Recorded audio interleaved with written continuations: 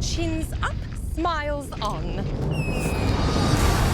she is, Captain 17, the girl on fire! Hey YouTubers, major spoilers for the new Catching Fire trailer coming next week. This time we'll get a good look at all the new tributes that they'll be fighting in the All-Star game. So it's been a couple months since we got our first Catching Fire trailer, and I think in this new trailer we're going to see a lot of Finnick. I think he's going to be an even bigger character than Liam Hemsworth in this new movie. Lionsgate really like to focus on the Gale-Peeta love triangle with Katniss, but honestly I think Liam Hemsworth is going to get the short end of the stick in this movie.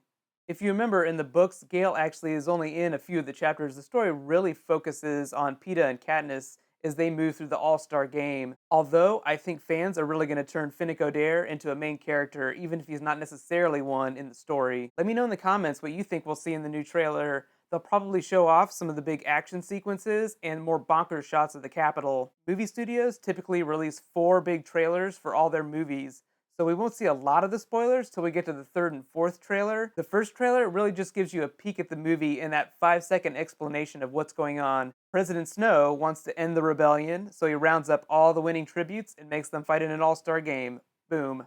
Philip Seymour Hoffman looks really evil. I don't think we'll be meeting all those new tributes, but my friend Grace Randolph at Beyond the Trailer actually did videos for each of the new characters in the movie. I'll have a link in the description in case you want to learn more about each one of them. So if you remember in that first trailer, Philip Seymour Hoffman actually had a lot of scenes. I don't think it's just because he's a really big actor. I think it's also because the movie is going to spend most of its time in the Capitol and in the All-Star Games. In the first movie, they actually had to spend a lot of time explaining the world of Pan Am and set up the games, what they were, just because a lot of people hadn't really read the books. That's why it took a lot of time for them to get to the action. I think because we know all that information now in Catching Fire, we're actually going to see a lot more bonkers action scenes and big set pieces. Yes, that's right, less speechifying. But if you do want to see some awesome Jennifer Lawrence speechifying, just watch Silver Linings Playbook. It's almost like seeing a post-traumatic stress Katniss just going crazy, but it's really, really awesome. Speaking of crazy, the rebellion against the Capitol is actually going to play a much bigger role in Catching Fire.